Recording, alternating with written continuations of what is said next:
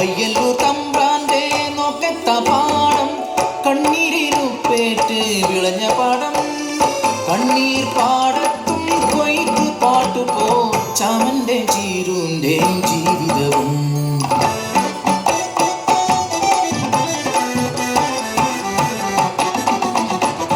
കാലത്തിൻ കളിത്തൊട്ടിൽ അവർക്ക് നൽകി മാണിക്യം പോലൊരു പൊന്മകളെ കണ്ണെഴുതി പൊട്ട് തൊട്ട് കരിവളയും മാലയിട്ട് രാസയ്യാരോ പാടി ഉറക്കിയവർ രാസയ്യാരോ രാസ രാസയ്യാരോ രാസയ്യാരോ രാസ രാസയ്യാരോ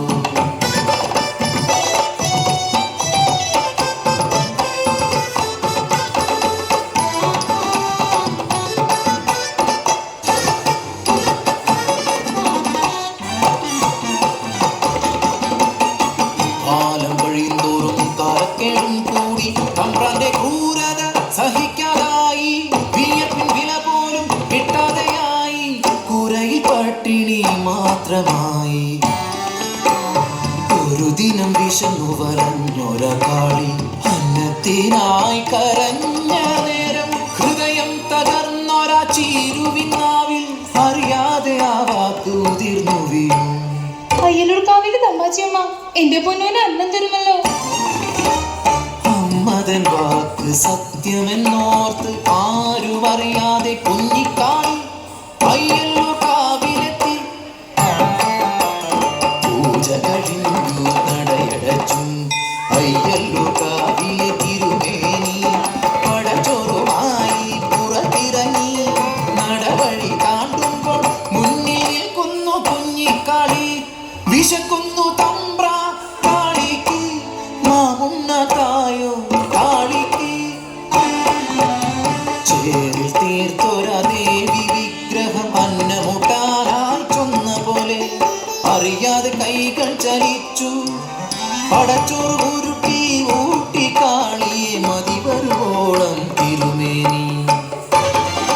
കാണരുതാത്ത കണ്ണുകൾ ആ കാഴ്ച കണ്ടു.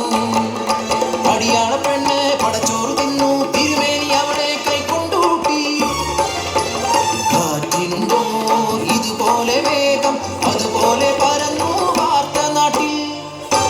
നാട്ടുകൂട്ടം കൂടി ശിക്ഷാവിധിയും ക്രൂരമായി പിന്നെ നടന്നു.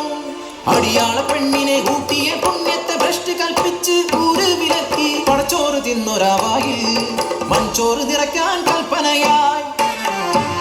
മനുഷ്യത്വം മരവിച്ച നാട്ടിൽ കരിന്തിരി പോൽ കെട്ട ജന്മങ്ങൾ ഒന്നെതിർക്കാൻ പോലുമാകാതെ നിൽക്കുമ്പോൾ കാപട്യമറിയാത്ത പിഞ്ചു കുഞ്ഞിൻ വായിൽ നിറച്ചവർ മൺചോറ്.